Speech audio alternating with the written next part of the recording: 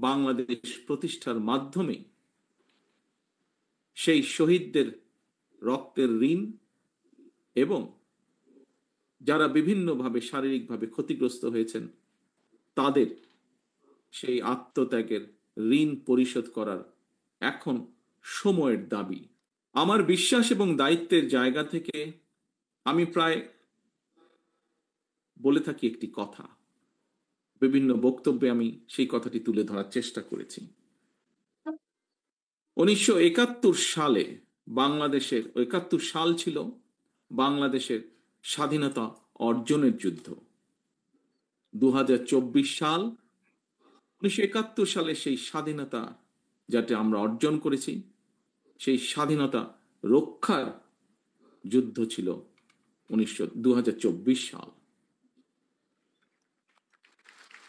এর বাইরেও আমরা বলতে পারি দেশের 54 বছরের ফ্যাসিবাদ স্বৈরাচারের বিরুদ্ধে প্রতিটি গণতান্ত্রিক আন্দোলন সংগ্রামে যারা শহীদ হয়েছেন গত 54 বছরে তাদের এই আত্মত্যাগের প্রতিদান সম্ভব নয়, প্রতিদান দেওয়া সম্ভব নয়। এই সকল বীর শহীদদের কাছে আমরা যারা বেঁচে রয়েছি সহ সমগ্র বাংলাদেশ ঋণী। হাজারো শহীদদের আত্মত্যাগের বিনিময়ে ইতিহাসের নৃশংসতম এক ফ্যাসিস্টের পতন এবং পলায়নের পর এখন ফ্যাসিবাদ বিরোধী গণতান্ত্রিক শক্তির নিজেদের মধ্যে নিত্য নতুন ইস্যু নিয়ে অহেতুক বিতর্কে লিপ্ত হওয়া শহীদদের আত্মত্যাগের প্রতি অবমাননার শামিল বলে একজন রাজনৈতিক কর্মী হিসাবে আমি মনে করি। বরং